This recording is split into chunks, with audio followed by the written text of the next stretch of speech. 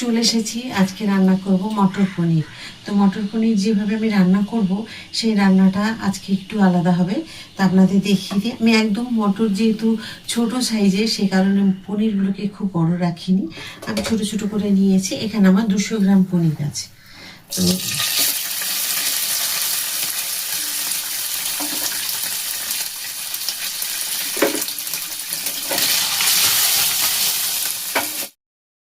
তুলে নেব পনিরগুলোকে।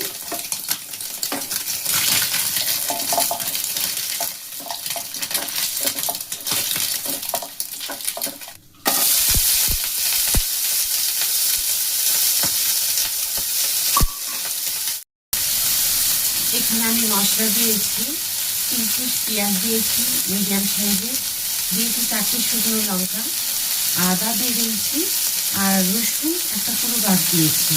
তো আমি আরেকটা অন্য তরকারির জন্য আমি এই মশলাটা রাখবো, তো সেই কারণে আমি একটু বেশি করেই তৈরি করে দিই।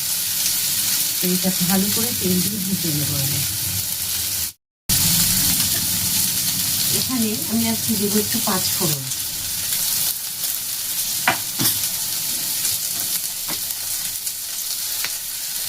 দেব একটুখানি চিনে বাদাম,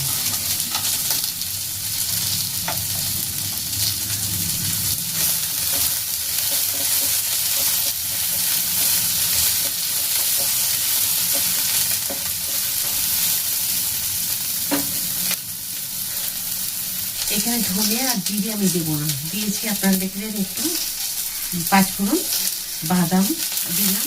এবারে দিয়ে দেবো 2টো ছোট সাইজের টমেটো।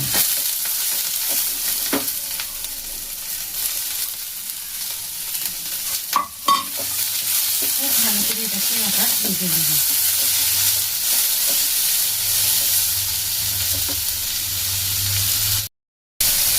এগুলো ভাজা হয়ে গেছে, এখন আমি মিক্সিতে ঢেলে নেবো। একটু ঠান্ডা হয়ে গেলে তারপর বেটে নেব। গ্যাস কমিয়ে দিলাম।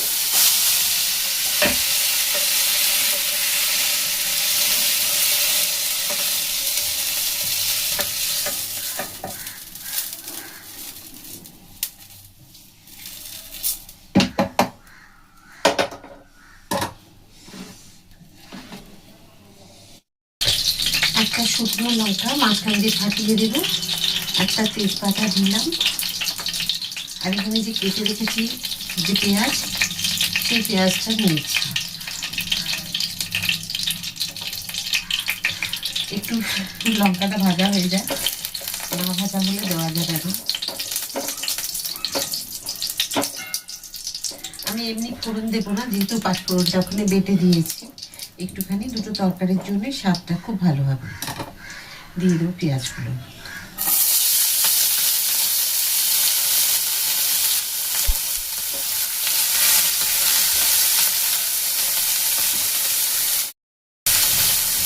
একটু নুন দিয়ে দেবো, আর ওই নুন দিয়ে দেবো, পেঁয়াজগুলো ভাজার সাথে সাথে একটু নরমও হয়ে যাবে।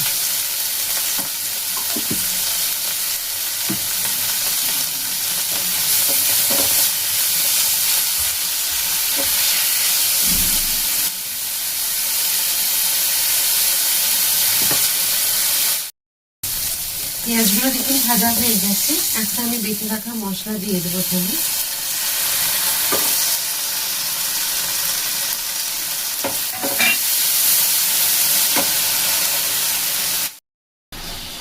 এখানে দিয়ে দেবো আমি হলুদ, একটু চিনি। এবার কষিয়ে নেব, ফ্লেমটাকে একটু বাড়িয়ে নেব।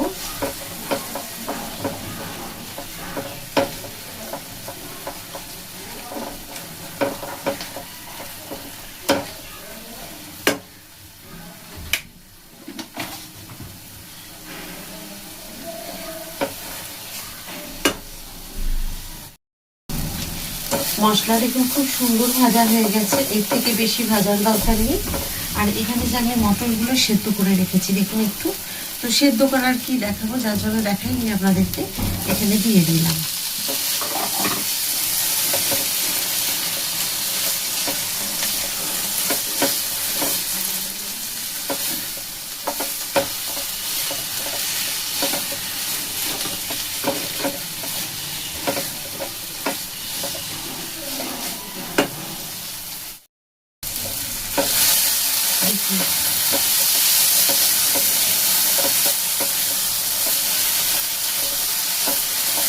খুব সুন্দর কষানো হয়ে গেছে।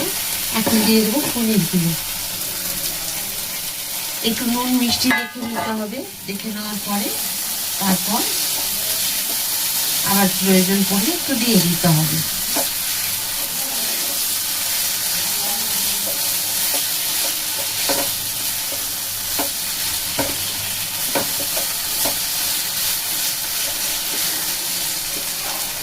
এখানে মিক্সি ধোয়া জল আমি দিয়ে দিলাম।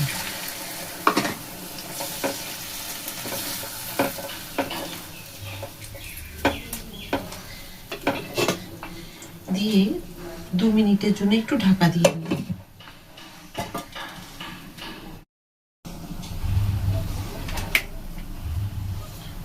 ঢাকা খুলে দেখে নেব।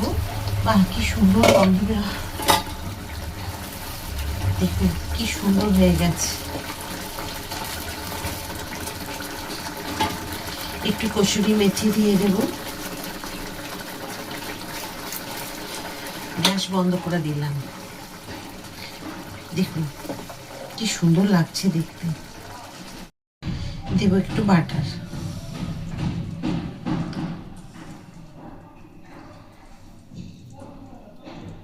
ব্যাস,